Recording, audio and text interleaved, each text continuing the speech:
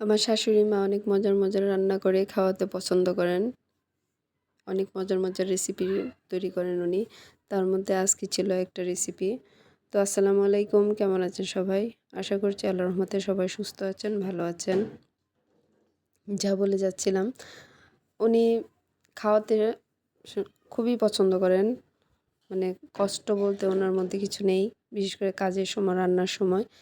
মানে রান্না করতে যতটা মজা পান, খাওয়াতেও ঠিক ততটাই মজা পান। তো তার মধ্যে আজকের একটা রেসিপি ছিল, সেটা হচ্ছে যে আ কেউ খেয়েছেন কিনা জানি না। তবে আমার দেখাই প্রথম। পিপুরি ভাত নামে পরিচিত এটা আমার শ্বশুরবাড়িতে। তো এই রেসিপিটা ১ম এ মা যেভাবে রান্না করেছে আমি দেখেছি। আ রান্না করতে গিয়ে উনি ১ম এ শিমের বিচি ভেজে নিয়েছেন। শিমের বিচি ভেজে তারপর ভাতের চালও ভেজে নিয়েছিলেন। মানে ভাত রান্না করে যে চালগুলো ওইগুলো ভেজে নিয়েছিলেন। শিমের বিচি প্লাস ভাতের চাল একসঙ্গে ভেজে নিয়ে তারপর শিমের বিচিগুলোকে বেটে নিয়েছেন শিলপাটায়। বেটে নিয়ে চামড়াগুলো উঠিয়ে নিয়েছিলেন। উঠিয়ে নিয়ে মানে কুলার মধ্যে নিয়ে ঝেড়ে নিয়েছেন। ঝেড়ে নিয়ে তারপর ভাতের চাল আর ওই যে শিমের বিচি একসঙ্গে সেদ্ধ করে নিয়েছেন উনি। মানে ভাত যেভাবে রান্না করে এভাবে উনি সিদ্ধ করে নিয়েছিলেন।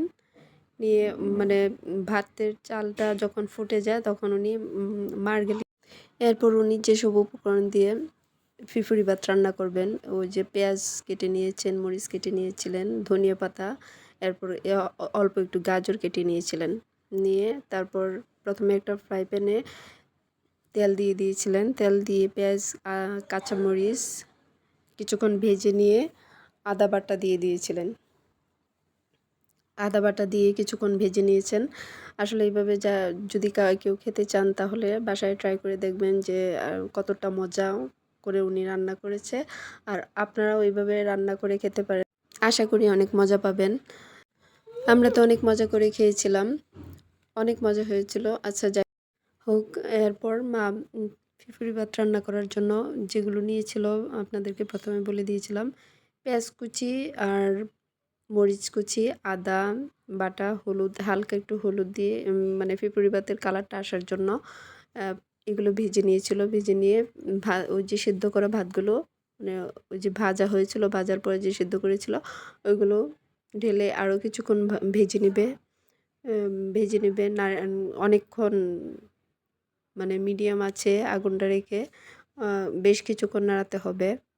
নাড়িয়ে নাড়িয়ে আসলে এটাতেই আসলে এটার খাবারটা অনেক মজা হয়। এরপর দিয়ে দিয়েছিল ধনিয়া পাতা। ধনিয়া পাতা দিয়ে আরও কিছুক্ষণ নাড়াচাড়া করবে। ফিফুরি ভাতগুলো মোটামুটি হয়ে গিয়েছে। এরপর লবণ দিতে আসলে মা ভুলে গিয়েছিল। তো এর ভিতরে লবণ দিয়ে দিয়েছে। এই তো মার ফিফুরি ভাত রান্না শেষ।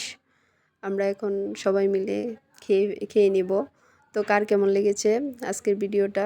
যদি ভালো লেগে থাকে তাহলে ছোট্ট একটা কমেন্ট করে যাবেন। তো সবাই ভালো থাকবেন, সুস্থ থাকবেন। আজকে এই পর্যন্ত। আল্লাহ হাফিজ।